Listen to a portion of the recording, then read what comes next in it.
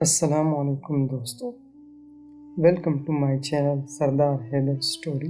دوستو کتاب کا نام ہے دی کنٹریکٹر یعنی کرائے کا فوجی، اور اس کا ترجمہ کیا ہے وسیم شیخ نے۔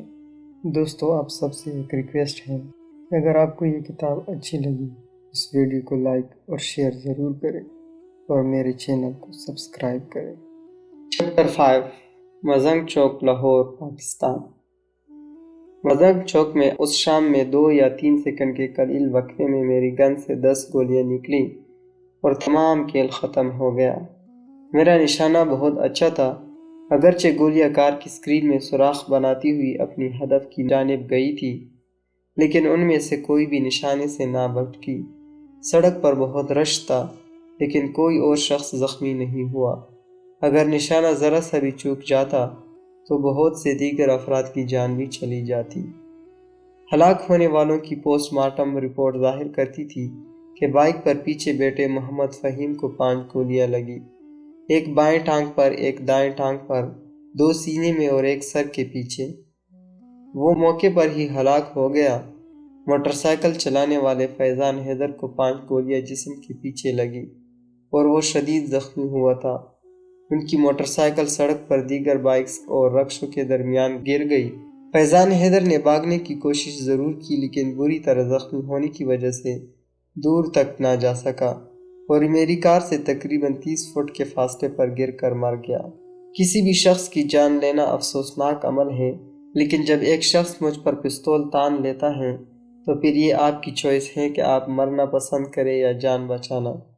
اس وقت یقینی طور پر جان بچانا ہی سب سے اہم ہو جاتا ہے، اور جان بچانے کے لیے اس فوری خطرے کا تدارک کرنا ضروری ہوتا ہے۔ یہی میں نے کیا۔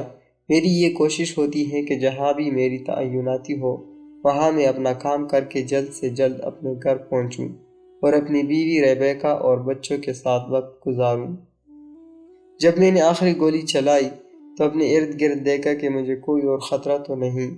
میری کار کی ونڈ سکرین کو نقصان پہنچا تھا، اس لیے میں واضح طور پر نہیں دیکھ پا رہا تھا، اس لیے میں نے دروازہ کھولا اور تمام مقام کا جائزہ لیا۔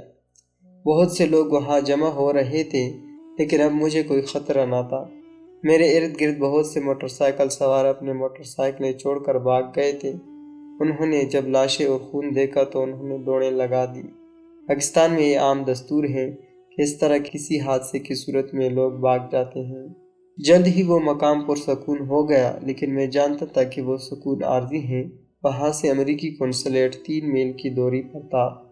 میں نے فوراً اپنی سفری بیگ سے کیمرہ نکالا اور فہیم کی تصاویر بنائی، کچھ آدھے جسم کی اور کچھ اس کی پوری باڈی کی۔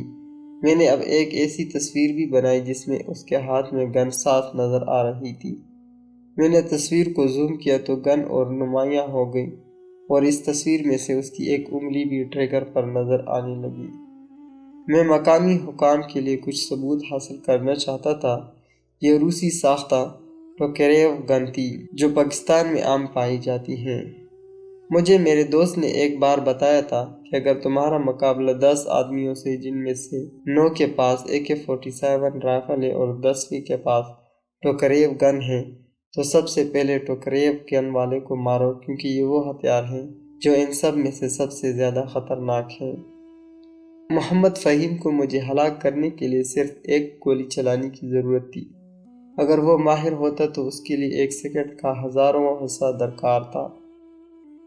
میں نے کیمرہ واپس کار میں رکھا۔ اتنی دیر میں ٹریفک کنٹرول کرنے والا پولیس اہلکار وہاں آیا۔ اس نے حیرت سے گری ہوئی موٹر سائیکل اور لاشوں کو دیکھا۔ میں نے اپنی سفارتی پاسپورٹ اس کے سامنے لہرایا اور کہا کہ میں امریکی سفارتکار ہوں اور امریکی قونصل خانے جانا چاہتا ہوں، لیکن وہ انگریزی نہ سمجھ سکا۔ مجھے نہ اردو آتی تھی نہ پنجابی۔ وہ کچھ بول رہا تھا اور میں دونوں کو کچھ سمجھ نہیں آ رہا تھا۔ چہرے سے وہ کافی کنفیوز لگ رہا تھا۔ میں نے اسے فہیم کے ہاتھ میں موجود پستول دکھایا۔ میں نے سوچا کہ اسے ساری تفصیل سے آگاہ کروں۔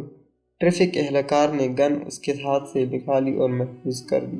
اتنی دیر میں بہت سے لوگ میری کار کی طرف بڑھنے لگے، لیکن ان کا اندازہ جارحانہ نہیں تھا۔ تاہم میں پاکستانی ہجوم کے رویے کو جانتا ہوں۔ جیسے ہی پولیس اہلکار نے دوسری طرف منہ کیا، میں اپنی گاڑی میں بیٹھا اور دروازے بند کر لیے۔ میں نے ریڈیو آن کیا، مجھے فوری مدد کی ضرورت تھی اور میں قونصل خانے سے رابطہ کرنا چاہتا تھا۔ مجھے یاد تھا کہ دنیا بھر میں سیکورٹی کنٹریکٹرز پر حملے ہوتے رہتے ہیں۔ عراق کے شہر فلوجہ میں اسلامی انتہا پسندوں نے بلیک واٹر کے لوگوں پر حملہ کیا اور ان میں سے 2 کو ہلاک کر دیا۔ فلوجہ کے واقعے کے بعد 2004 میں عراقی اسلامی انتہا پسندوں نے بلیک واٹر کے کسی بھی کنٹریکٹر کو مارنے والوں کے لیے $5000 انعام کا اعلان کیا۔ اطلاعات کے مطابق میری آخری دورہ پاکستان کے دوران کشمیر میں ہندوؤں کے خلاف جہاد کرنے والے پاکستانی گروپ لشکر طیبہ نے بلیک واٹر کے لوگوں کو مارنے والوں کے لیے اسی طرح کے انعام کا اعلان کیا تھا۔ اس تفصیل میں کوئی نہیں جانتا تھا کہ کون کیا کر رہا ہے، یہ بلیک واٹر کا ہے یا نہیں۔ اگر وہ امریکی ہیں تو اسے 27 جنوری 2011 کو میرا تعاقب کرنے والے اور مجھے گن دکھانے والے فہیم اور فیضان لشکر طیبہ کے لوگ تھے۔ یہ ممکن بھی تھا اور نہیں بھی۔ میں جس جگہ اور مقام پر تھا وہاں کچھ بھی ہو سکتا تھا۔ مجھے فوری مدد کی ضرورت تھی۔ میں نے امدادی بیس سے رابطہ کیا۔ بیس، میں کراس بونز ہوں۔ کراس بونز میرا شناختی نام تھا۔ کسی بھی ایمرجنسی صورت کی صورت میں مجھے اس طرح رابطے کی ہدایت کی گئی تھی۔ بیس نے مجھے شناخت کی اور کہا، ہاں بولو کیا بات ہے؟ میں نے 2 لوگوں کو مار دیا ہے، مجھے فوری مدد کی ضرورت ہے۔ کراس بونز، تم کیا کہہ رہے ہو؟ دوبارہ تفصیل بتاؤ، مجھ سے پوچھا گیا۔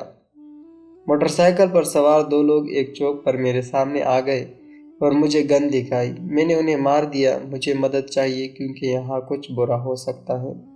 میں نہیں چاہتا تھا کہ میرا نام بھی پاکستان کی گلیوں میں ہلاک ہونے والوں میں شامل ہو جائے۔ گن شوٹنگ کا سن کر فوراً ہی میرے چیف لائن پر آ گئے۔ اتنی دیر میں نے GPS بھی آن کر لیا۔ چیف نے مجھ سے پوچھا، کراس بونز تم کہاں ہو؟ مزنگ چوک اور جیل روڈ کے سنگم پر، فیروز پور روڈ۔ مجھے تفصیل بتاؤ، چیف نے پوچھا۔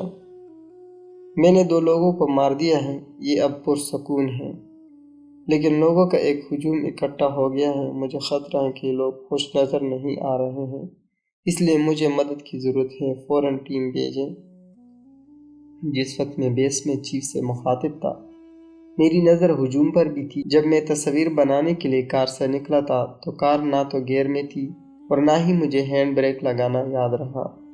چنانچہ وہ ڈیلوان پر آگے کی طرف بڑھ گئی، یہاں تک کہ اس کا اگلا بمپر اس سے اگلی کار کے پیچھے بمپر سے لگ گیا۔ جب اگلی کار نے حرکت کی تو میری کار بھی اس کے ساتھ جڑ گئی۔ میں جو وہاں سے نکلنے کی کوشش کر رہا تھا، یہ دیکھ کر اپنے ہوش و حواس کھو بیٹھا۔ لوگوں کا ہجوم میری کار پر مکے مار رہا تھا، وہ غصے میں تھی۔ میں نے لوگوں کے ہجوم کی طرف دیکھا، ان میں سے کچھ نیچے گری ہوئی موٹر سائیکلوں کے پاس کھڑے تھے اور فہیم کی لاش کی طرف اشارہ کر رہے تھے۔